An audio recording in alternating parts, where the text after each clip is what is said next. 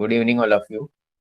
We are starting with our 21st lecture on astronomy, and today we will be covering 9th standard syllabus, and along with that, we will be covering very important part, that is triangulum constellation. Okay, just give me 1 second so that I will do some other related part and then get into the screen. Okay, this is our acknowledgement that we pick up all the contents from the internet and we are using it for spreading science, scientific thinking, and basics of astronomy. So, fully it is clear. Then now I'll get into the details of today's topic. Lecture 21, Triangulum constellation, we are going to learn about. Then little more about the deep sky objects in that particular constellation. In general astro topic, we will be covering 9th standard Maharashtra State English Medium syllabus. Okay, so let's go further. This you all know. This is what we are referring since so many days. Interest is we keep making ellipse around that particular constellation which has been covered. So you can see what all we have covered. And then this particular bluish arrow is for the today's coverage. This was the past sky. Now we go for the little bit nearing the present condition, but not exactly, because this is I'm talking about 17th February at 7:30 p.m. We had this particular sky looking from the Mumbai or Palwel, and then we had this triangular constellation, which is surrounded by Perseus, Eris, Cassiopeia, Andromeda, Pisces. Then we have Cetus head around. Even Mars and Moon were there on the 17th of February. So let's go further. This is triangular. As you can see, three prominent stars making one triangle-like thing. So it's a triangulum. Though it is a beautifully artistic impression which has been shown to you, we'll go into the actual visibility. This is something it will be visible if the sky conditions are absolutely clean and clear. As you can see, it's going towards the horizon. Rarely towards horizon you will see it, but on the zenith and around that, it's beautifully seen around Aries constellation, and most of the time it's visible because of the magnitude of the stars it is in-housing. This is something with a lighthouse triangulum I have shown. Now we are going to the actual picture of triangle. Okay, here you can see it's a triangle. Adjacent to that, you have Merak from Andromeda constellation. Little one side of the Pisces is coming. So this is your triangulum constellation. Now this is the International Astronomical Union's photograph. Give me all. Okay.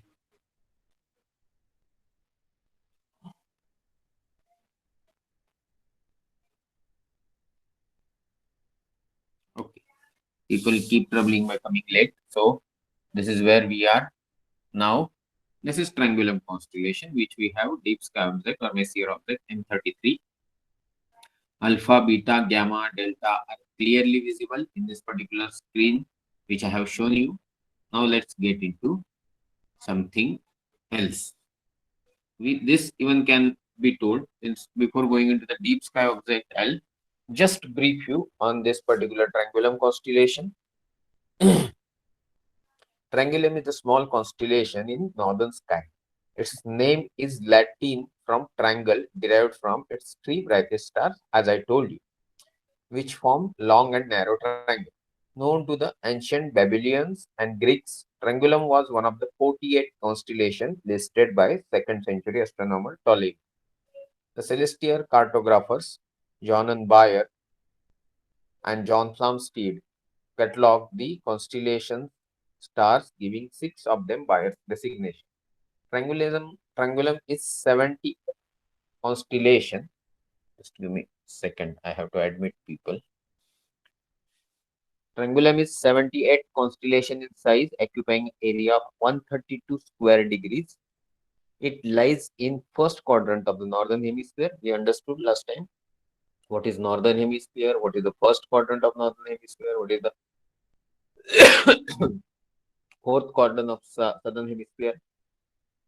This particular constellation can be seen between the latitudes plus 90 degree to minus 60 degree. As we have seen practically, the neighboring constellations are Andromeda, Aries, Perseus, and Pisces.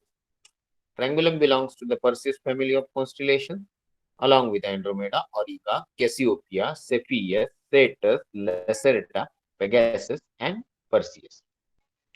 Now we will go into the actual detailing of individual stars. The white stars beta and gamma trianguli of apparent magnitude 3 and 4, which are shown in your screen. If you want, I will zoom it a little bit. Okay, we are talking about beta and gamma trianguli. They basically form the base of triangle. The yellow-white alpha trianguli of magnitude 3.41, the apex, iota triangle, notable double star system, and there are 3 star systems with a known planets located in triangle. Okay. So, the constellation contains several galaxies, the brightest and nearest of which is the Triangulum galaxy called Messier Object 33. One of the nearest and the best known galaxy in the night sky is M33, which is member of local group, and first quasar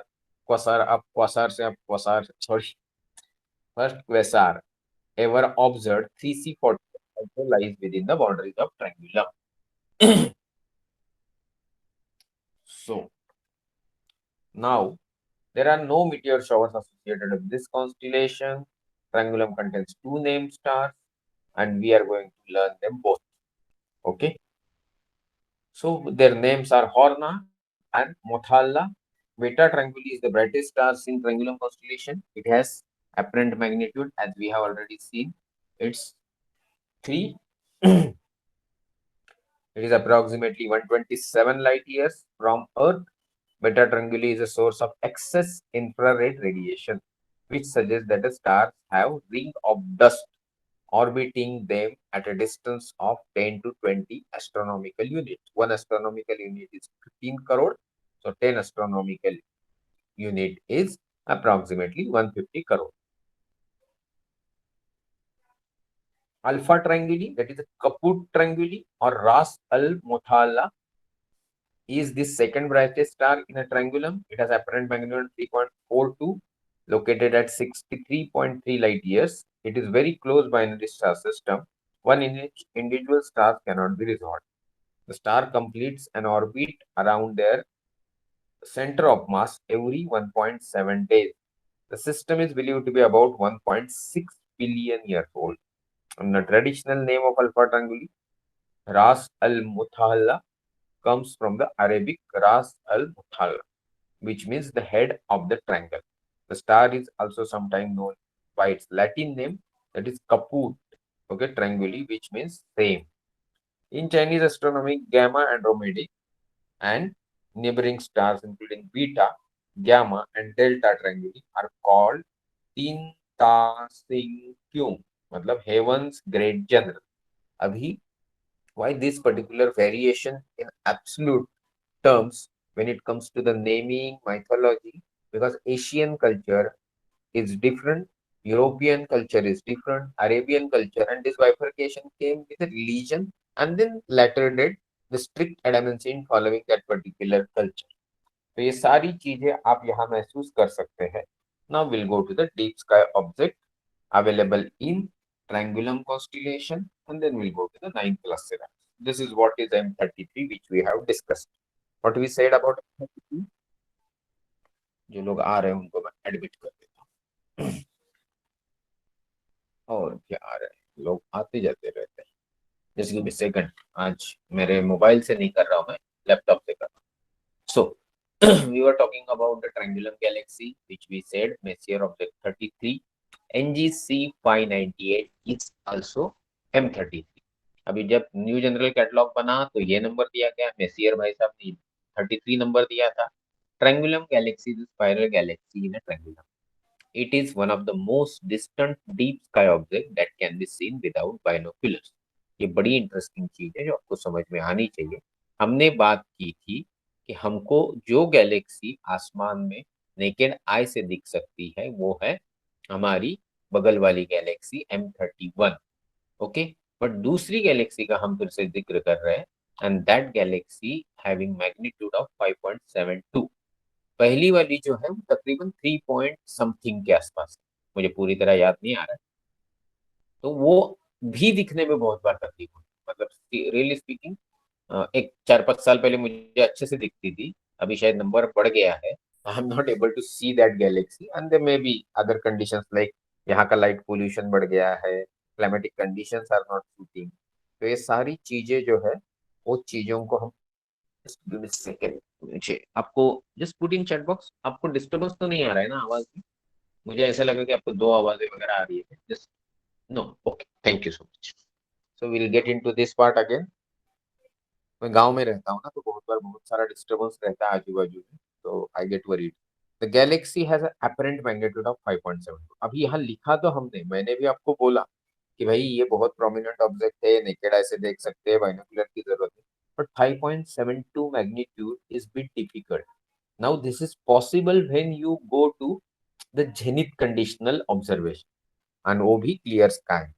इसका distance जो है वो approximately 2300 से 3000 thousand light year. मैं ऐसे क्यों पढ़ रहा हूँ? मैं इसलिए थाउजेंड लाइट ईयर्स पढ़ रहा हूँ क्योंकि थाउजेंड में और दो जीरो रख दूं मैं तो मुझे जो जवाब मिलेगा वो हो जाएगा लाख लाइट ईयर्स। तो मतलब मैंने 2300 बोला था तो 23, 3000 बोला था तो 30, मतलब 23 से 30 लाख लाइट ईयर्स की दूरी में ये पर्टिकुलर M33 गैलेक्सी है। जबकि हम हमेशा M31 की बात करते हैं, it is located at 22 lakhs light years, but recent study says it may be around 25 lakh light years। तो अगर ये ट्रायंगुलम गैलेक्सी 23 लाख लाइट ईयर है तो आप उससे भी करीब है। अगर ये 30 लाख लाइट ईयर है तो एंड्रोमेडा से 5 लाख लाइट ईयर दूरी पे है, और उस दिशा में नहीं है। मैं बोल रहा हूँ कि ओवरऑल दूरी, distance from the earth.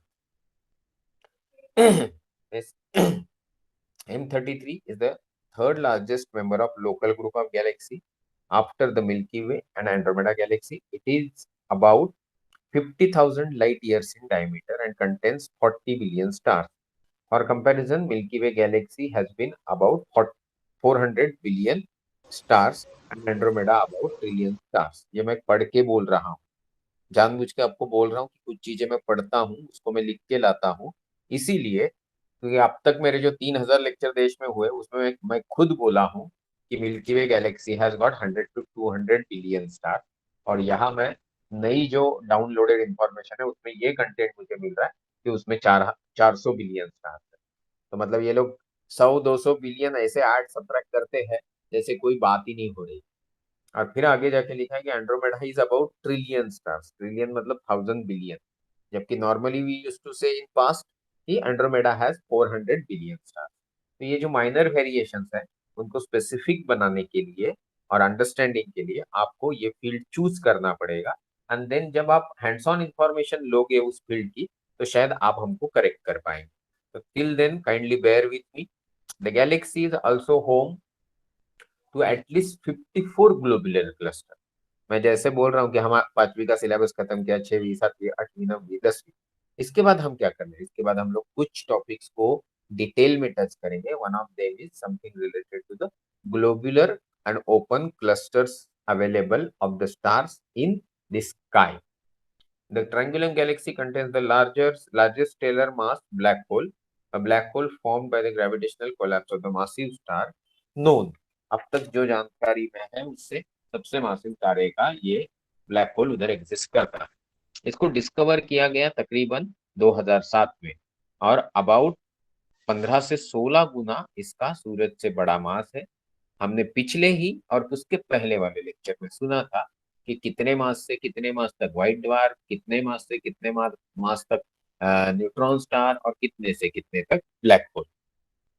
It orbits, ये जो बात हो रही है, ये जो black hole it orbits the companion star and इक्लिप्सेस it it every 3.45 days. Total mass of binary system is 85.7 times that of the sun. The companion star has approximately mass 70 times the sun, which makes it the most massive companion star known in the binary system containing black hole. अभी ये सारी चीजें जो important मुझे लगती है, वो download करके आपके लिए पढ़ देता हूँ, ताकि आप सुने, बार बार सुने, और सुनने के बाद एटलीस्ट जो बहुत छोटे हैं वो वर्ड पिकअप कर ले, उसको ढूंढे इंटरनेट पे, और दूसरे जो बड़े हैं वो ये समझे कि जब आप कोई कॉन्स्टिलेशन देखते हो, जैसे आप Triangulum is very easily visible constellation near by Aries, तो इस कॉन्स्टिलेशन को देखने के बाद आपके पास अगर बाइनोकुलर है तो आपको क्या देखना चाहिए, अगर आपके पास टेलीस्कोप है तो आपको क्या देखना चाहिए। सो इसमें दिखने वाली चीज सिर्फ M33 होगी, बाकी चीजें तो हमको दिखेंगी। Now we go to the next slide, which is NGC 604. NGC catalog number. It is an emission nebula. अभी emission nebula क्या है, उसके अंदर जाने के पहले थोड़े डिटेल्स ले लेते हैं। This is located northeast of the central core of Triangulum Galaxy. It is about 1500 light years in diameter, which it makes it one of the largest H2 region known and the brightest H2 region in the Triangulum Galaxy. It is also the second most luminous H2 region in local group of galaxy. NGC 604 is more than 6,300 times more luminous than more famous Orion Nebula in Orion constellation. ये बात हो रही है comparison की, दिखने की जहां तक बात करेंगे तो ओरायन नेबुला हमको अच्छे से दिखता है। NGC 604 का मैग्नीट्यूड इन्होंने इधर लिखा है, इट इज अराउंड 40, तो मतलब ये नहीं के बराबर, दिखता ही नहीं ऐसा कुछ चीजें हैं। Okay, so we get into that part again. The gas inside the nebula is ionized by the cluster of massive star at its center. The region has been discovered by the William Herschel in 1784. Now we'll go to some other NGC. This is NGC 672 and IC 1727. Why two numbers? Because two general systems are followed. These are two interacting galaxies in Triangulum. They are only 88,000 light years from us and about 18 million, मतलब 1.8 crore light years distance from Earth. एक दूसरे से 88,000 light years की दूरी पे है ये दो गैलेक्सी जो इंटरेक्ट कर रही, और हमसे 1.8 करोड़ की दूरी पे है। अपने लोकल ग्रुप ऑफ गैलेक्सी से ये दूर है। Mythology of Triangulum constellation. The Greeks referred to the Triangulum as a deltaton because of its triangle shape that looked like a capital letter delta in Greece. It was believed at the time that delta is actually delta of Nile River. Hindustan में जैसे गंगा का जो त्रिभुज प्रदेश है जिसको delta बोलते हैं हम लोग, वो पॉपुलर है, तो भाई इजिप्ट में जाएंगे तो नाइल नदी का जो डेल्टा है वो पॉपुलर। दूसरी स्टोरी इस पर्टिकुलर कॉन्स्टेलेशन के बारे में बोलती है कि it is look like the Italian island of Sicily. The constellation was called Sicilia at first. Ceres who was the island ruler, Ceres आपको मालूम होगा एक लघु ग्रह है, बेग जुपिटर, किसने, सेरेस ने जुपिटर को बेग किया, मांगा उससे to place her home in night. भैया आसमान में क्यों आया, क्योंकि सेरेस ने ये मांग की जुपिटर से जो आसमान का देवता है। Babylonians thought that the Triangulum and the star Gamma Andromeda form Andromeda constellations are actually one constellation called MUL Apine और Popular Plough, मतलब जो भाई नांगर होता है ना जिससे हम जमीन उपजाऊ बनाने के लिए खोदते हैं बैलों के सहारे से मदद से। Hevelius, the famous astronomer, introduced the new name for this particular constellation. What is that? Popular Plough Mul Apine in 1687. The Triangulum minus formed by the three stars located near Triangulum, and this idea was soon rejected. Just the name triangular remained is the correct one. तो बाकी सारी theories को हटा दिया गया, ट्रायंगुलम दिखता है भी, तो भाई उसी को पकड़ के आज की डेट पे हम चल रहे हैं। तो ये स्टोरी थी, ये पहला वाला था IC 672 और वो नीचे वाले का 172 इंडेक्स कैटलॉग के नंबर का बड़ा फोटो आपको मैंने आगे दिखाया। This is the end of small constellation called Triangulum. अभी हम चलेंगे एक बड़े काम में, और उस बड़े चीज का नाम है, एक मिनट, कौन है आज मिसिंग? मैं देख लूं पहले। Okay sorry.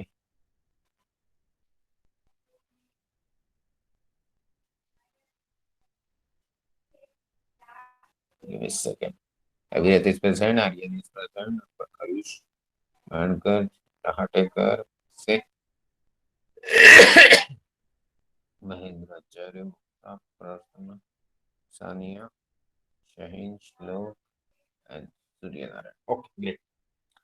This is something we covered on last day. Dr. Tikani is not there today. We talked about this, so I am thinking of skipping this. We talked about Galileo, and you also know about this particular person who has observed many things. But the real story starts there. Today, 400 years after Galileo, use of telescope, tremendous progress has been made in telescope technology and in space science and technology on the whole. ये क्यों ऐसे उटपटांग sentence बनाते हैं? हम not बताने की कोशिश कर रहे हैं कि 400 साल गुजर गए गैलीलियो की टेलीस्कोप डिस्कवरी को। गैलीलियो ने आसमान को ऑब्जर्व किया।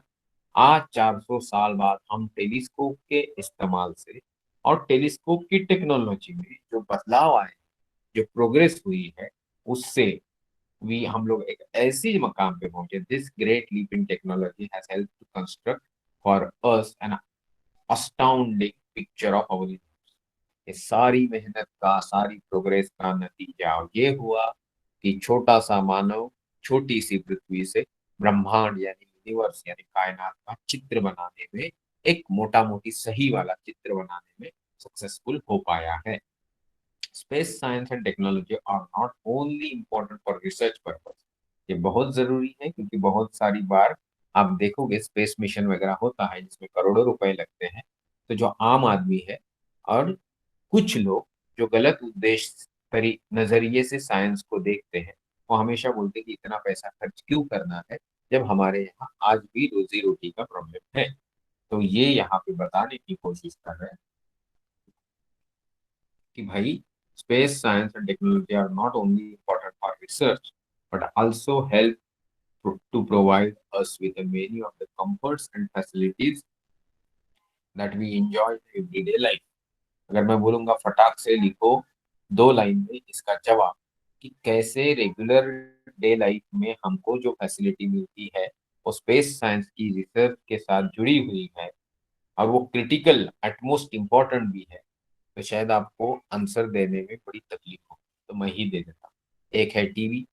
अभी आप बोलेंगे एंटरटेनमेंट नहीं होगा, नेटफ्लिक्स नहीं देखेंगे तो नहीं चलेगा, तो 100% चलेगा। बट इस टीवी पे जो हवामान का अंदाजा देते हैं और उससे जुड़ी इतनी सारी नैसर्गिक आपदाओं का मतलब नेचुरल क्लेमिटीज की हमको एडवांस में जानकारी मिलती है, उससे बहुत सारी चीजें आसान हो जाती है। तो that is something which is necessary.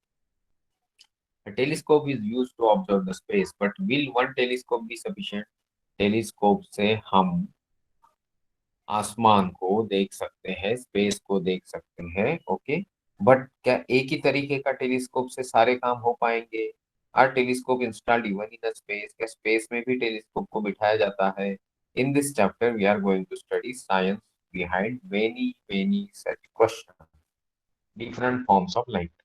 Light is an electromagnetic wave, हम सब जानते हैं।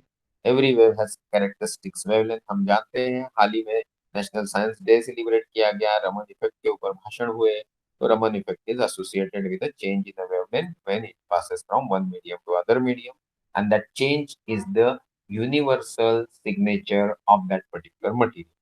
तो ऐसा ये जो इलेक्ट्रोमैग्नेटिक वेव है जो वेवलेंथ से एसोसिएटेड है, इसका जो हिस्सा जिस वेवलेंथ के रेंज में हमको दिखता है उसको हम बोलते हैं लाइट, यानी visible spectrum of electromagnetic radiation. ये होता है 400 नैनोमीटर से 800 नैनोमीटर, मतलब 4000 एंगस्ट्रॉम से 8000 एंगस्ट्रॉम। नैनोमीटर मतलब 10⁻⁹ मीटर। 1 मीटर के एक के नीचे 9, एक के ऊपर 9 जीरो देने के बाद जितने टुकड़े हो जाएंगे उतना वाला हिस्सा मतलब नैनोमीटर। एंगस्ट्रॉम मतलब 9 जीरो देने की जगह 10 जीरो दे दो 1 मीटर के नीचे, एक के ऊपर, तो जितने टुकड़े होंगे वो होंगे एंगस्ट्रॉम।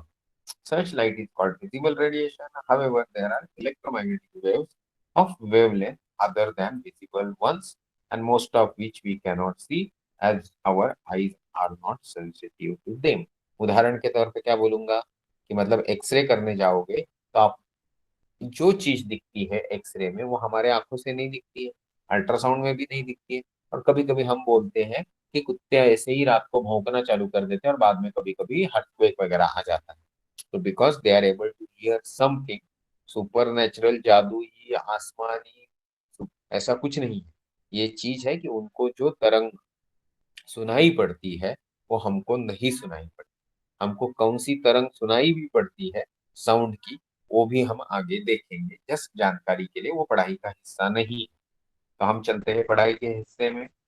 नीचे का टेबल पढ़िए कि भाई 1 नैनोमीटर 10⁻⁹ मीटर है, 1 पिकोमीटर 10⁻12 मीटर है। तो रेडियो वेव्स कौन से रेंज में आता है, माइक्रोवेव कौन से, इंफ्रा कौन से, विजिबल कौन सा, अल्ट्रावायलेट कौन सा, एक्सरे कौन सा, गामा रे कौन सा। हो सके तो ये टेबल, टेबल में से जो राइट हैंड है वेवलेंथ वाला हिस्सा, उसको आप ये वेरियस यूनिट में मत याद रखिए। एंगस्ट्रॉम में चलिए, नैनोमीटर में चलिए, पिकोमीटर में चलिए, एक यूनिट में याद रखिए। इधर उन्होंने पागलपन करते हुए यूनिट्स चेंज किए। जैसे रेडियो वेव्स के लिए लिखा कि इनकी वेवलेंथ जो है, तरंग लांबी जो है, वो longer than 20 centimetre. Radio waves कौन, जिससे एएम एफएम चलता है, वो रेडियो। अभी माइक्रोवेव, ये आपका मोबाइल में माइक्रोवेव्स क्या है, 0.3 mm से 20 सेंटीमीटर। इंफ्रावेव्स क्या है, सॉरी, इंफ्रारेड वेव्स जो है वो 800 नैनोमीटर से 0.3 mm तक। अभी 0.3 mm मतलब कितना मीटर, 0.3 इंटू 10⁻⁻। पर ये मैं सब यहाँ एक्सप्लेन नहीं करता हूँ, अननेसेसरी मैथमेटिक्स शुरू हो जाएगा। तो हम सिर्फ पढ़ ले। विजिबल लाइट जैसे हमने बोला 400 से 800 नैनोमीटर। अल्ट्रा वायलेट रेज जो है वो 300 पिकोमीटर से 400 नैनोमीटर। एक्सरे 3 पिकोमीटर से 300 पिकोमीटर। और गामा रेज सबसे शॉर्टर देन 3 पिकोमीटर। इतनी छोटी वेवलेंथ होने के कारण उनकी फ्रीक्वेंसी और इसके कारण उनकी एनर्जी बहुत ज्यादा होती है। और इसलिए कोई भी गैमा रेस ब्रस्ट अगर हमारे पृथ्वी की तरफ आता है आसमान से, किसी ब्लैक होल के जनरेट होने के समय या तारे के मरने के समय वो निर्माण हुआ हुआ, तो हमारी पृथ्वी या सोलर सिस्टम कुछ सेकंड्स में, फ्रैक्शन ऑफ सेकंड्स में वेपराइज हो जाएगी, ऐसे बोला जाता है। अब यहाँ मैंने कुछ चीज लिखी है जिसको मैं आपको बताना चाहूँ। यहाँ आपने पढ़ा ये कुछ, जिसको हमने लिखा अल्ट्रा वायलेट। ओके, ये माइक्रोवेव जो है, ये माइक्रोवेव में चलने वाली, ये भाई मोबाइल और एफएम रेडियो है। इंफ्रारेड जो है वो भाई गर्मी देती है, और उसके कारण आप देखे होंगे कि रेड के आगे वाले, मतलब विजिबल राइट, अगर हमारे, वो हम बोलते हैं ना बिग बोल, तो ये जो पट्टा है, तो रेड के पहले वाली है वो इंफ्रारेड, और वायलेट के बाद वाली दैट इज अल्ट्रा वायलेट है। तो विजिबल राइट के ऊपर और नीचे की तरफ जो एक्स्ट्रा जोन है वो उनके एक्सटेंडेड वर्जन है। इंफ्रारेड की वेवलेंथ बड़ी होने के कारण energy associated is less. Ultraviolet की एनर्जी बहुत ज्यादा होती है क्योंकि frequency wavelength associated is small. उसके आगे एनर्जी होती है एक्सरे की, और उसके आगे होती है गामा। या अल्ट्रा वायलेट रेस जो है, इसको गलत फहमी से आप अल्ट्रासाउंड मत पकड़िए। अल्ट्रासाउंड जो आप जाते हो, कभी आपको किडनी स्टोन हुआ है कि पेट में कोई प्रॉब्लम, वो अल्ट्रासाउंड साउंड है, वो अल्ट्रा वायलेट नहीं है। वो लाइट या उस इलेक्ट्रोमैग्नेटिक स्पेक्ट्रम के बियॉन्ड वाली चीज नहीं है, वो साउंड के रेंज की चीज है जो किलो हर्ट्ज में हो। अभी ये फ्रीक्वेंसी में चला गया मैं वेवलेंथ से, तो आप ज्यादा कंफ्यूज मत करिए। आप सिर्फ इतना समझिए कि मैं जो बोल रहा हूँ वो कुछ चीजें आपको याद रखनी होंगी। तो पहले पढ़ लेते, सॉरी, पहले पढ़ लेते हैं। अल्ट्रासाउंड वेवलेंथ है वो तकरीबन 1.9 सेंटीमीटर और लेस की होती है। रेड इन लाइट, अभी रेड की बात कर रहे हैं ना, मतलब उस तरफ वाला, इंफ्रारेड की तरफ वाला जो रेड है वो है आपका तकरीबन 600, 650, 700 से लेके, एवरेज आउट करेंगे तो पकड़ लो 680, 700 वाला नैनोमीटर वाली वेवलेंथ। वायलेट जो है वो 410 नैनोमीटर वाली, मतलब छोटा हो गया। ओके, और छोटा हो जाएगा तो वो अल्ट्रा वायलेट में आ जाएगा, जो हमने यहाँ लिखा है 300 से 400 नैनोमीटर। तो ये लिखा है, उसके नीचे का टेक्स्ट हम पढ़ लेते हैं। Of all the above types, our eyes are only capable of seeing visible radiation. Thus, we use the visible radiation telescope, that is the optical telescope made from regular lenses or mirrors, to see the visible radiation coming from the space. However, many heavenly bodies emit radiation other than visible light. Thus, we need different types of telescope like the X-ray, gamma ray, radio telescope to receive such radiation and to study their sources. मैं summarise करूंगा आपके लिए, जबकि मैंने पढ़ दिया। आसमान से जो भी सेलेस्टियल बॉडी है, हमने अब तक जितना पढ़ा उसमें भी समझ में आया कि कोई गामा रेस छोड़ता है, कोई एक्सरे छोड़ता है, कोई रेडियो वेव्स छोड़ता है, कुछ पल्सार्स हैं, न्यूट्रॉन स्टार, वो पल्सेस छोड़ते रहते हैं एनर्जी की। तो इस तरीके से ये जो एनर्जी के डिफरेंट डिफरेंट फॉर्म्स है, उससे associated different different energy electromagnetic spectrum या वेवलेंथ है, इनका ऑब्जर्वेशन तभी होगा जब हम उस चीज को एनालाइज कर पाए। और अगर ऑप्टिकल टेलीस्कोप है तो वो लाइट को एनालाइज करेगा, एक्सरे को तो नहीं करेगा। और एक्सरे टेलीस्कोप है तो वो एक्सरे को एनालाइज करेगा। वो ऑब्वियसली आपके माइक्रो या इंफ्रा इनको नहीं एनालाइज करेगा। तो ये सब चीज एनालाइज करने के लिए डिफरेंट डिफरेंट टेलीस्कोप डाले जाते हैं, उनको तैयार किया गया है। उसके बारे में हम आगे जाके जानकारी पढ़ेंगे। पहले ये बैंड जिंदगी भर याद रखना, हम क्या देख रहे हैं वो देखिए। हमने वेवलेंथ वहां पे पढ़ा, अभी यहाँ पे हम सिर्फ और सिर्फ मीटर्स के फॉर्म में देख रहे हैं।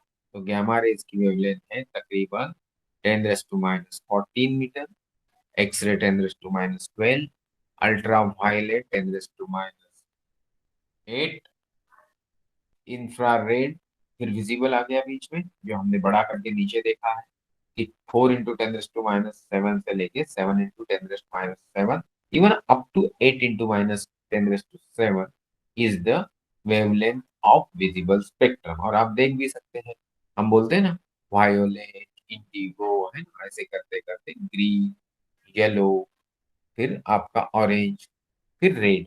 तो इस तरीके से हम लोग चल रहे हैं। अभी हम आगे चलेंगे। रडार यानी रेडियो वेव्स का रेंज होता है 10⁻4 मीटर, एफएम 10⁻2, टीवी 10⁻2 से 10⁻2 के आसपास ही इन्होंने दिखाया है।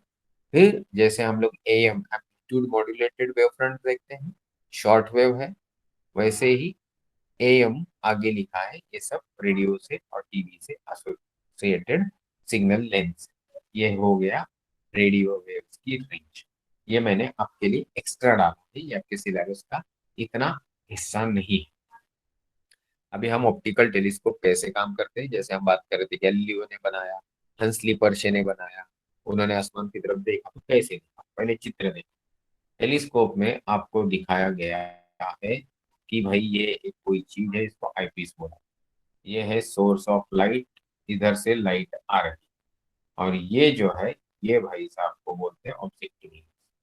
मतलब अपने यहाँ जिन्होंने भी टेलीस्कोप देखा है या जिन्होंने भी जिंदगी में एक बार भी बाइनोक्यूलर से देखा है, दूरबीन से, वो ये पकड़ के चलो कि बाइनोक्यूलर मतलब यहाँ दिखाया हुआ टेलीस्कोप।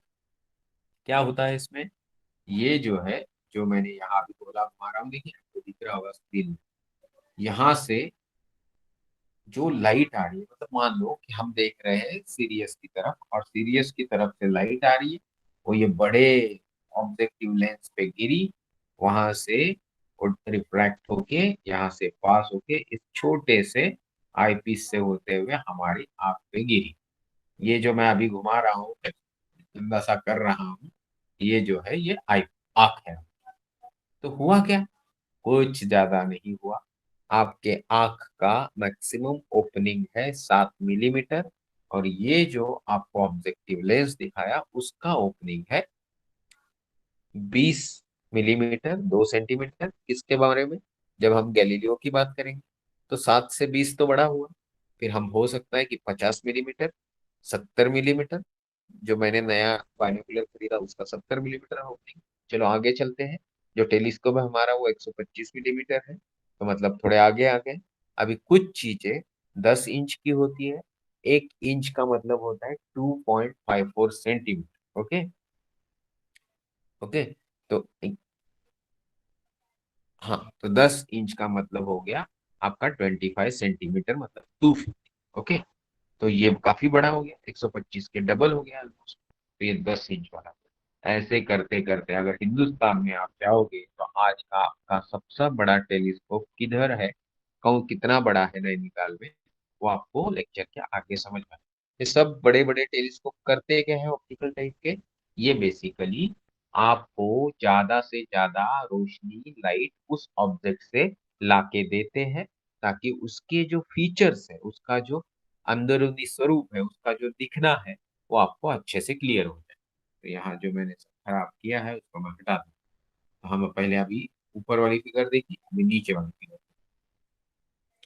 ऊपर वाला हमने देखा, अभी नीचे हम जा रहे हैं रिफ्रैक्टिंग में। यहाँ भी थोड़ा कुछ वैसा ही है, सिर्फ इन्होंने जो एक्सिस शिफ्टिंग है वो बताया, तो उसको भी हम समझेंगे। पहले हम पढ़ लेते हैं। Most optical telescope are made up of 2 or more lenses as shown in figure 18.1 जो हमने देखी, to collect the maximum amount of light coming from the heavenly object, celestial object. The objective lens should be made as large as possible. हमने इसको पढ़ा। Using the light collected by the objective, a smaller lens called eyepiece produce the large image of the source. पहले वाले का काम है ज्यादा से ज्यादा लाइट काम है, आईपीस का काम है उस चीज को मैग्नीफाई करना। इसलिए मैग्निफिकेशन और लाइट कलेक्शन, इन दोनों का बड़ा गहरा संबंध है।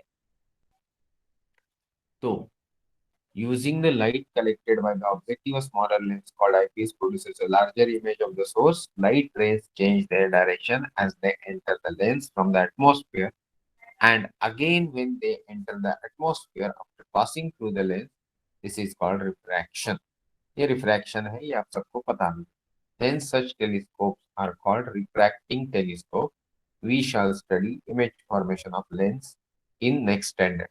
मेरे ख्याल से नेक्स्ट स्टैंडर्ड में भी आपको उन्होंने ये नहीं पढ़ाया है, इनकी गलती नहीं है, बहुत सारा और सिलेबस भी होता है। Even though such telescopes are useful for space observation, it presents certain difficulties. As we saw above, मतलब पिछले डायग्राम में, if we wish to obtain a bright image of the source by collecting the maximum possible light, the objective lens must be made as large as possible. Or it is very difficult to make very large lenses. Also, large lenses are very heavy and tend to get distorted. एक चीज समझने की कोशिश करिए कि आपको एक lens यानी बिंग बनाना है। बचपन से हम लोग लेंस के साथ खेलते आए हैं। हम लोग ज्यादा कुछ नहीं करते थे, बट वो माचिस की तीली होती है ना, उसको जलाने का काम करते थे लेंस। अभी वो लेंस होता था हार्डली एक 50 मिलीमीटर डायमीटर का, उसका वजन काफी ज्यादा हुआ करता था। तो अभी आप सोचिए कि आपको 1 मीटर डायमीटर का लेंस या 10 मीटर डायमीटर का लेंस चाहिए, तो वो इतना हेवी हो जाएगा, उसके अंदर भी इतना डिस्टॉर्शन आएगा। कुछ चीजों का अपने से ही वजन ज्यादा होने से वो मुड़ जाती है ना, बेंड हो जाती है, तो उस तरीके से उसको उसका खुद का वेट सहना भी मुश्किल हो जाता है, ऊपर से बनाना मुश्किल होता है, ऊपर से कॉस्ट बहुत होती है, ऊपर से इतना बड़ा जो होता है वो हेवी। अभी second, as the objective and eyepiece are placed at the opposite ends of the telescope, the length of the telescope also increases with the increase in the size of the lens, and the telescope becomes difficult to manage. पहली story थी objective की कि वो बड़ा हो गया तो बेहतर नहीं हुआ, तकलीफ बढ़ा हर एंगल से। अभी इसके साथ एक अटैचमेंट है आईपीस। जितना बड़ा आपका लेंस होगा उसके हिसाब से आईपीस को उतने दूरी पे रखना पड़ेगा। तो ऑब्वियसली इमेज फॉर्मेशन ठीक से होने के लिए ये दूरी बढ़ते जाएगी, तो handling of the telescope will be difficult. ये भी तकलीफ ही है। The image formed by the lenses have errors of colors. This is called chromatic aberration. अभी क्रोमेटिक एबर्शन क्या है? ये जो लेंस नाम की चीज है वो बनते वक्त जिस ग्लास से वो बना, उस ग्लास के अंदर न दिखने वाली बट होने वाली जो इम्प्यूरिटीज होंगी, ये सारे इम्प्यूरिटीज के चलते आपको वो ग्लास सही कलर का अंदाजा या एग्जैक्टली सेम इमेज नहीं दिखाएगी जो दिखनी चाहिए। तो क्या होगा, ऑब्वियसली आपको उल्टे पुल्टे कलर दिखेंगे, उल्टा पुल्टा शेप दिखेगा। एग्जैक्टली उल्टा पुल्टा नहीं, जो मेले में बहुत सारे मिरर होते हैं वैसा नहीं, बट थोड़ा बहुत चाहिए वैसा नहीं दिखेगा। और ये जो इनएक्यूरेसी आ गई, ये तकलीफ देने वाली है। And this type of colour related error in lenses is called chromatic aberration. तो आप इसको समझ गए ही होंगे बड़े बच्चे, छोटे बच्चे मुझे माफ कर दीजिए। तो अभी हम चलते, आज मैं पढ़ने वाला हूँ, आप मुझे रोक नहीं सकते क्योंकि 9th का सिलेबस खत्म करना है। जो शुरुआत में प्रेजेंट थे उनको हम लोगों ने ऑलरेडी ट्रेंगुलम कॉन्स्टिलेशन के बारे में बढ़िया सी जानकारी दी। तो अभी थेरोटिकल पढ़ाई चलेगा। तो थेरोटिकल पढ़ाई में आप लोगों को कुछ डाउट है तो आप चैट बॉक्स में लिख सकते हैं। शायद किसी ने कुछ लिखा है, नहीं, सबने लिखा है कि नो डाउट। तो चलो सर, इंटरनेट इशू, किसका इंटरनेट इशू? आवाज आ रही है सबको? चैट बॉक्स में लिखो ठीक से। ये तो मैं कब से बोले जा रहा हूँ। आई एम ऑडिबल, विजिबल है?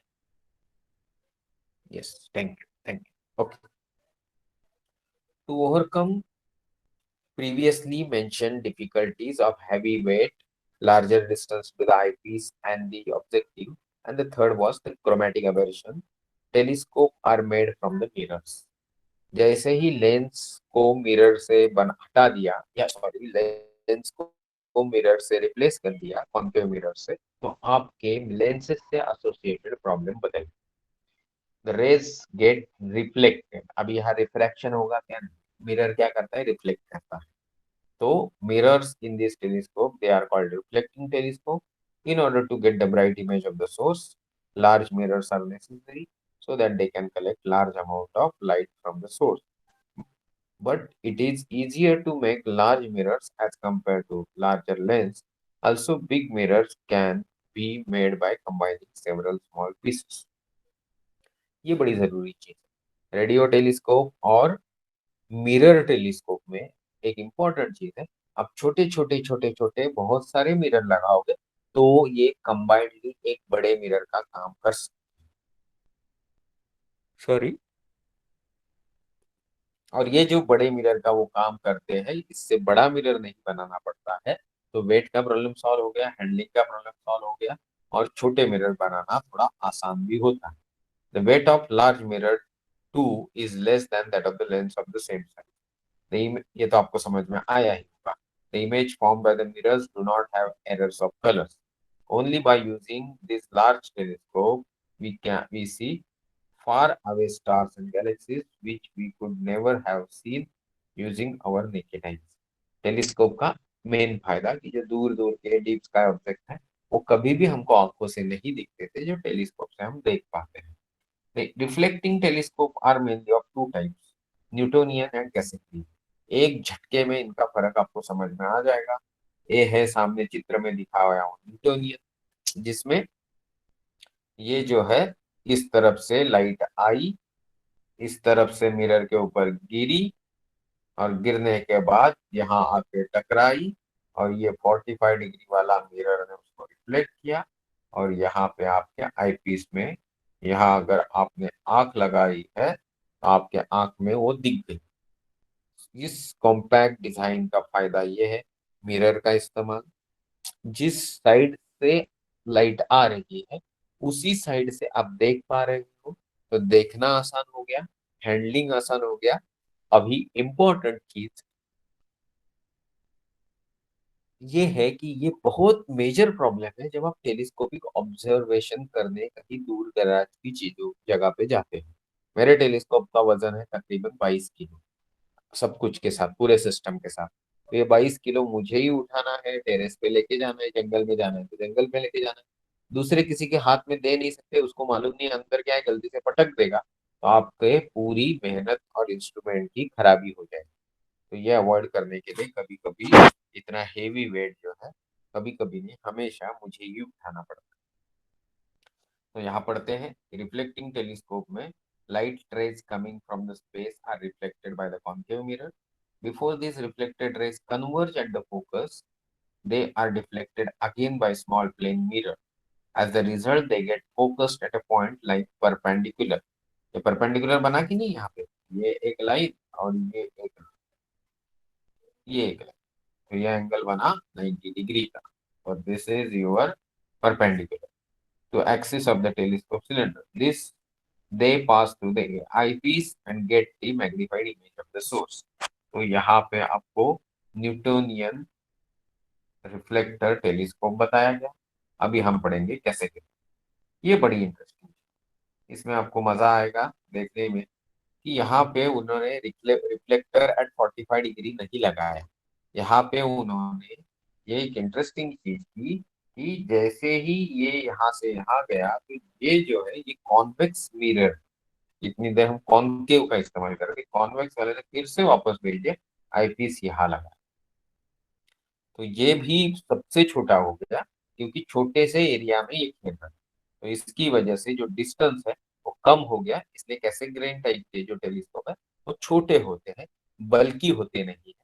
अगर उसको डॉप्सिनियन माउंट लगा दो एक प्यारा सा, तो बहुत ही छोटी सी साइज में अच्छा खासा 4-5 इंच का, 6 इंच का, 8 इंच का भी टेलीस्कोप आपको एक छोटे से बक्से में पीठ के ऊपर बैग में डाल के आप लेके जा सकते हैं।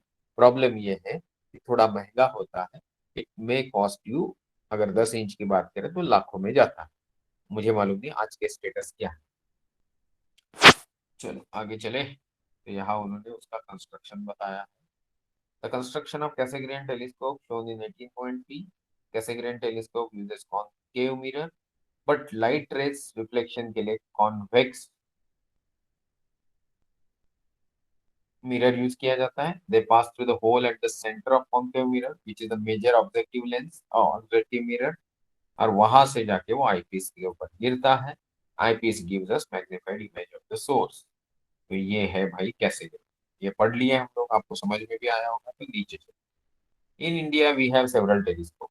इसकी मैं बात कर रहा था, वो ये वाला है, चित्र देख लीजिए अच्छे से। और लिखा है, क्यों गया, बहुत भाग गया। In India, we have several telescopes with a concave mirror of 2 meter diameter that is that have been in use for many years. The biggest optical telescope in India having mirror of 3.6 meter diameter, situated at Aryabhatta Research Institute of Experimental Sciences, Nainital. This is the largest optical telescope in Asia. ये recently बिठाया गया 2018 या 16 में, और आज की date पे optical telescope में एशिया का सबसे बड़ा है। ऐसा हाल ही में जब जब वो प्लेस किया गया तभी था। लेटेस्ट मैंने भी चेक नहीं किया नेट पे, इससे बड़ा कुछ है क्या, बट ये काफी बड़ा है। तो इस बार जब नैनीताल घूमने जाओगे तो कोशिश करना कि इधर की अपॉइंटमेंट आप लेके रखे, ताकि एटलीस्ट इतना बड़ा जो एशिया का सबसे बड़ा टेलीस्कोप है वो आपको देखने मिले। उसके पहले किसी और टेलीस्कोप से, पहले टेलीस्कोप से क्या देखा जाता है इसका आनंद उठाइए। अभी चलते हैं इंटरेस्टिंग पार्ट, इसमें भी इंडिया का ही झंडा आगे है। Radio telescope, GMRT, giant metre wave radio telescope, Narayangaon Khodad में है। बहुत बड़ा है, और इतना बड़ा है कि ये भी दुनिया का, ये एशिया का नहीं, दुनिया का सबसे बड़ा radio telescope. Many heavenly objects emit radio waves in addition to visible radiation. We cannot see this radiation with our eyes. Hence, a special type of telescope is used to receive these rays. It is called radio telescope. It is made from one or more dishes of a particular parabolic shape. Parabolic जो अपने घर पे होती है ना shape, उस type से थोड़ा हटके हमारी थोड़ी फ्लैट डिस्क होती है, डिश टीवी जो होती है। इधर का जो टेलीस्कोप है आपने देखा होगा, बहुत सारे बड़े बड़े जो कम्युनिकेशन सेंटर रहते हैं वहां जो रहती है, उसी ही तरीके की कुछ छतरी होती है पैराबोलिक शेप की। और as in optical telescope, the incident radio waves are reflected by these dishes and converge at the focus. Radio receiver is placed at the focal point, and the information gathered by this receiver is passed to the computer, which analyzes it and construct an image of the source. यहाँ पे आपको एक interesting topic समझ में आ जाएगा। Radio telescope optical में भी है, बट रेडियो टेलीस्कोप की बात करेंगे, इंफ्रा टेलीस्कोप की बात करेंगे, किसी भी, ओके, ये सारे टेलीस्कोप डाटा जो है ह्यूमन के आईज को नहीं देते, ह्यूमन के ब्रेन को देते। बट ह्यूमन के ब्रेन का एक प्रैक्टिकल फॉर्म एक्सपेरिमेंटली सेटअप की तरह अवेलेबल है, जिसको आजकल हम कंप्यूटर भी बोलते हैं। तो ये जो कंप्यूटर है, इस कंप्यूटर में डाटा डायरेक्टली फीड होता है और इंसान को समझ सके और उसके फर्दर उपयोग के लिए वो काम कर सके, इस फॉर्म में कंप्यूटर उसको डाटा प्रेजेंट करता है विदाउट एनी एरर। ये तो मैंने बोल दिया, बट इसमें लग गई पूरी इलेक्ट्रॉनिक इंडस्ट्री, इसमें लग गई पूरी कंप्यूटर इंडस्ट्री, हार्डवेयर इंडस्ट्री, इसमें सारे वो इंजीनियर लग गए जो आजकल इंजीनियरिंग कर रहे हैं इंजीनियरिंग कॉलेज में, electronics, computer science, telecommunication and so many. तो ये सारी चीजें, आपका इंटरेस्ट एस्ट्रोनॉमी में है तो आपको एस्ट्रोनॉमी रिलेटेड करियर में ले जा सकती है, अगर एक आप लायक टेक्निकली साउंड इंजीनियर हो। जरूरी नहीं कि सिर्फ उस इलेक्ट्रॉनिक्स एंड टेलीकम्युनिकेशन या कंप्यूटर फील्ड से, मैकेनिकल लोगों को भी ये सब चीज में, मैकेनिकल इलेक्ट्रिकल तो पेरेंट इंजीनियरिंग और डिसिप्लिन है, तो इनका भी वहाँ काफी यूज होता है। तो आप बोलोगे केमिकल इंजीनियर का नहीं होता है क्या, प्लास्टिक एंड पॉलीमर का नहीं होता है क्या? उनका भी होता है, क्योंकि बहुत सारे जो फ्यूल सोर्सेस हैं रॉकेट लॉन्चिंग वगैरह के, और या फिर हमको केमिकल एनालिसिस करना है, तो that's a part of chemistry and chemical engineering. ये सारी चीजें कहीं ना कहीं पढ़ाई की आपको इस्तेमाल होती है, तो आपको सतर्क रहना है during academics. Large radio telescope called Giant Meter Wave Radio Telescope has been erected at Narayangaon near Pune. It uses radio waves having wavelength of about 1 meter coming from planets and stars to study those heavenly bodies. This telescope is actually a collection of 30 dish, each having diameter of 45 meter. ये आपके लिए मैं slow पढ़ रहा हूँ ताकि आपके दिमाग में फिट हो जाए। 30 डिश है, 45 मीटर का डायमीटर एक डिश का है। It is called giant telescope as the arrangement of 30 dish over a area of 25 kilometre is made in a such a way that it works as a single dish having diameter of 25 kilometre. थोड़ी देर पहले मैंने optical mirror telescope की बात की, जिसमें मैंने बोला multiple mirror use करेंगे तो भी एक मिरर की तरह काम करते हैं।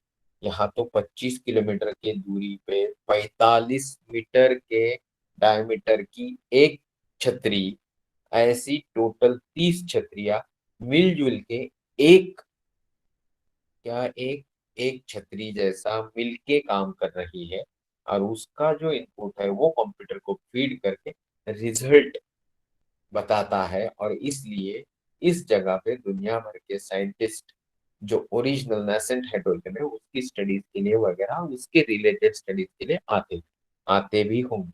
मैं जब विजिट किया तो मुझे वहां के लोगों ने ये बताया।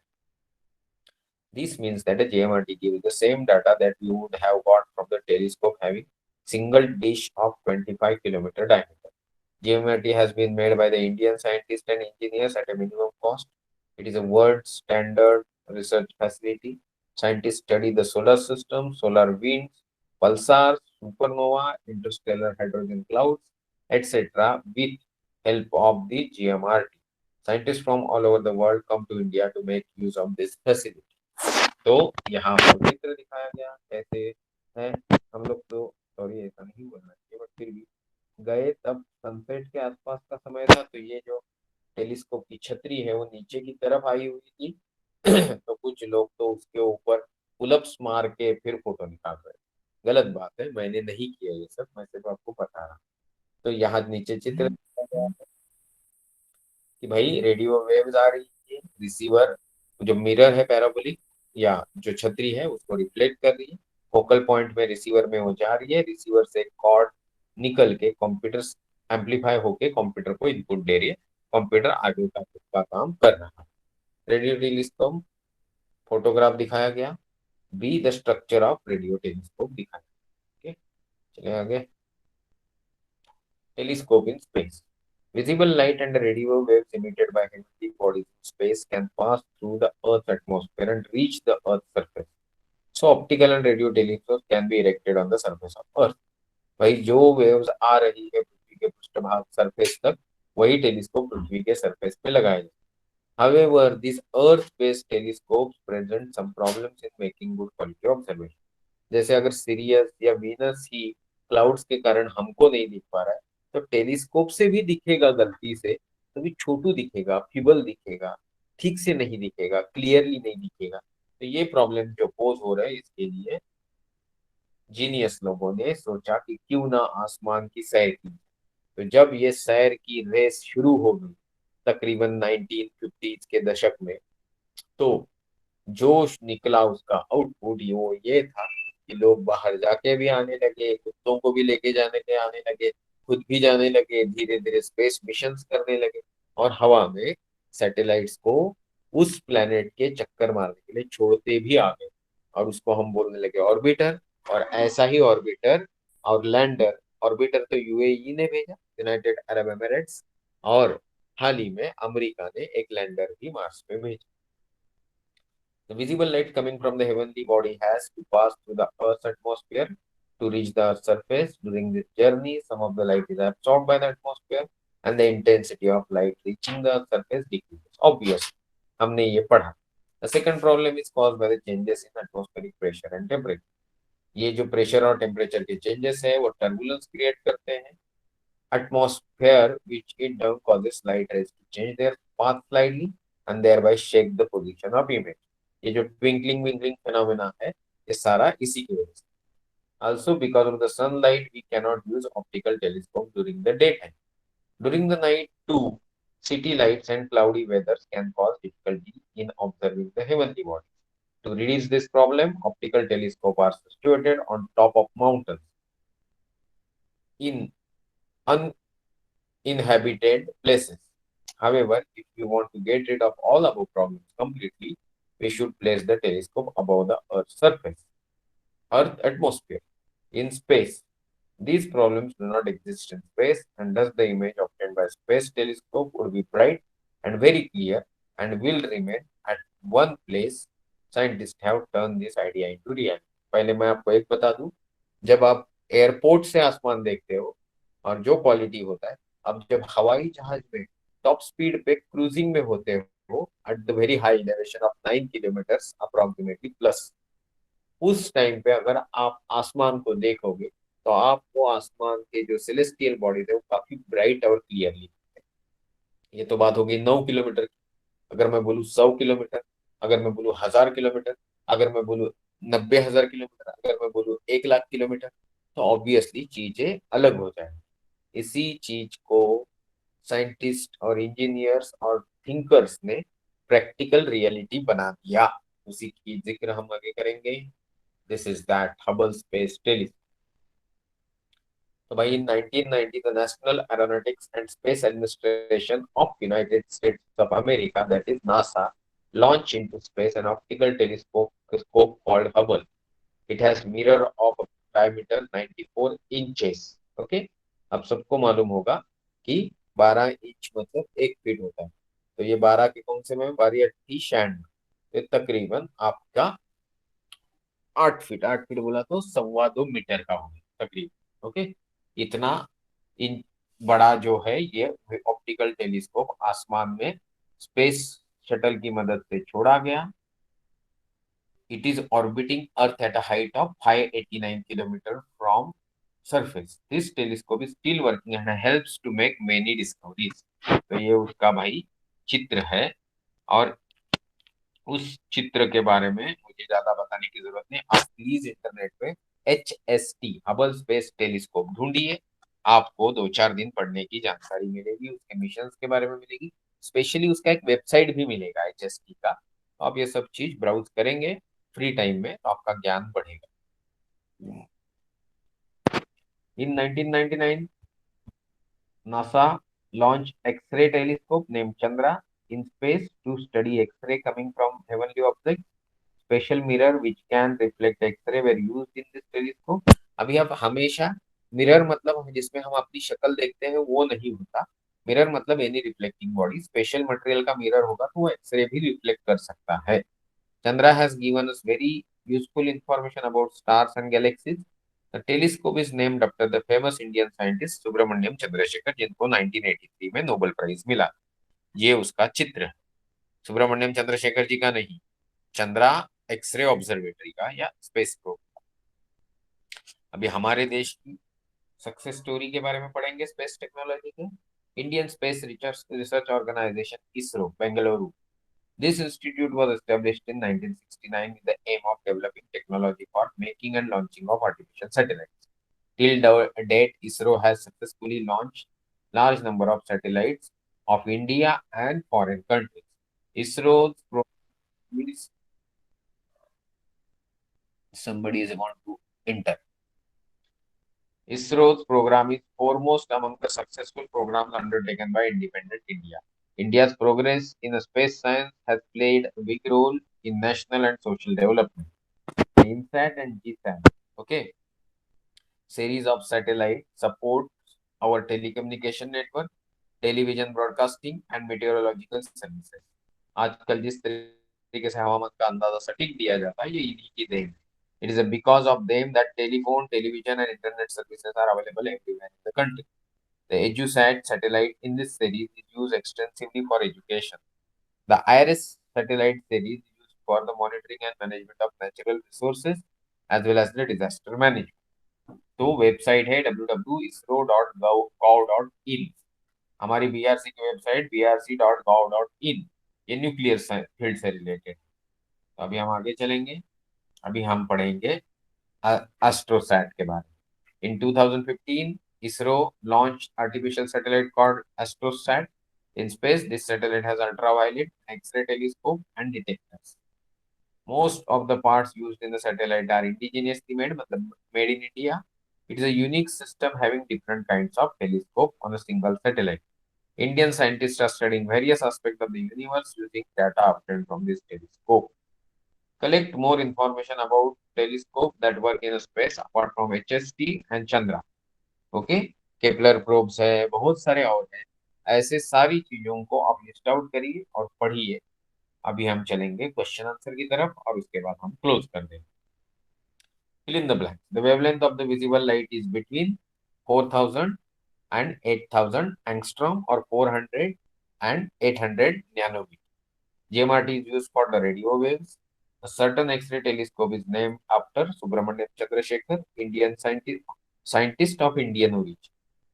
The first scientist to use the telescope for space observation was the Galileo, and the person who used lenses to see the far things is Mr. Hans Lippershey. Okay, the biggest optical telescope in India is situated at Nainital, Aryabhatta Telescope Center. Okay, form pairs X-ray, the Chandra Observatory Optical Telescope is Hubble, Indian Radio Telescope is GMRT, and launching artificial satellite in India is by ISRO. What are the difficulties in using ground-based optical telescope? How are they overcome? They are overcome by putting telescope beyond Earth atmosphere, and Earth atmosphere, because of the lot of issues associated with the atmospheric variation, atmospheric layers, and light problems, which makes the visibility of the object poor, are the difficulties. Which type of telescope can be used? Can be made using concave mirrors, convex mirror, plane mirror, and a lens. Draw diagram of this telescope. एक होता है refractor जिसमें lenses use होते हैं, एक होता है reflector जिसमें मिरर यूज होते हैं, एक होता है मिरर विथ कॉन्वेक्स लेंस. उसका कॉन्वेक्स मिरर वो होता है कैसे. तो ये सारी चीजें आपको पढ़ाई गई है. Study the figure and answer the following question. What type of telescope is shown in the figure? Newtonian reflector. Label the main parts of the telescope. Left से शुरू करते जाएंगे तो पहला है ऑब्जेक्टिव लेंस, देन है रिफ्लेक्टर एट 45 डिग्री, देन है eyepiece lens. Which type of mirror does the telescope use? concave mirror is used by the telescope. What other type of telescope uses the curved mirror? Smith's Cassegrain. Okay, Smith's नहीं, Cassegrain. Explain the working of the above telescope. वो आप बताइए दो. Explain the following questions. Explain the construction of Galileo's telescope. Refractor telescope का जो explanation है वो यहाँ दे सकते हैं आप. Explain the construction of radio telescope. आप GMRT के बारे में थोड़ा सा लिख दीजिए बस. Why are the optical telescope located in inhabited places on mountains? ताकि वहां पे रोशनी या केमिकल पोल्यूशन का तकलीफ कम हो तो विजिबिलिटी बनी रहे. Why can an X-ray telescope not based on the Earth? X ray Earth के एटमॉस्फेयर से ठीक से पास नहीं हो पाते, इसलिए हम बचे रहते हैं। बट तकलीफ ये होती है कि फिर एक्सरे ऑब्जर्वेशन भी सेलेस्टियल बॉडीज का अर्थ के एटमॉस्फेयर से नहीं हो पाता। Project collect information about various observation in India and present it in the class. तो जब क्लास शुरू हो जाएगी, यहाँ पर हमारे पास आएंगे, तो कोई नया सा प्रोजेक्ट बना के इस तरीके का आप हमको मिल सकते हैं, so we can. So today we have finished ninth syllabus. Next time we will be taking Perseus constellation, I think, and with that we will be taking 10th syllabus. 10th syllabus may run for the 24th and 31st of the March. तो मार्च and तक आपका सबका syllabus खत्म हो जाएगा, exam भी खत्म हो जाएगा। शायद कल परसों में हम लोग पेरेंट्स मीटिंग भी लेंगे, आपको अनाउंसमेंट भेजा जाएगा। अभी किसी का कोई डाउट नहीं है, क्योंकि चैट बॉक्स में उस तरीके के मैसेज मुझे दिख नहीं रहे हैं। Sir it is breaking, what is break? आवाज कहाँ है? आवाज ठीक से आ रही है क्या? फिर से लिखिए, अभी चैप्टर तो खत्म हो गया। चलो चलो चलो जल्दी लिखो चैट बॉक्स में। सर आ लिया नहीं, ठीक है, अभी मैं चैप्टर क्लोज कर रहा हूँ। आई होप आप सबको आज का लेक्चर समझ में आया होगा। So now we will leave the class. Thank you very much, tata bye bye, good night. चलो थैंक यू, बाय बाय।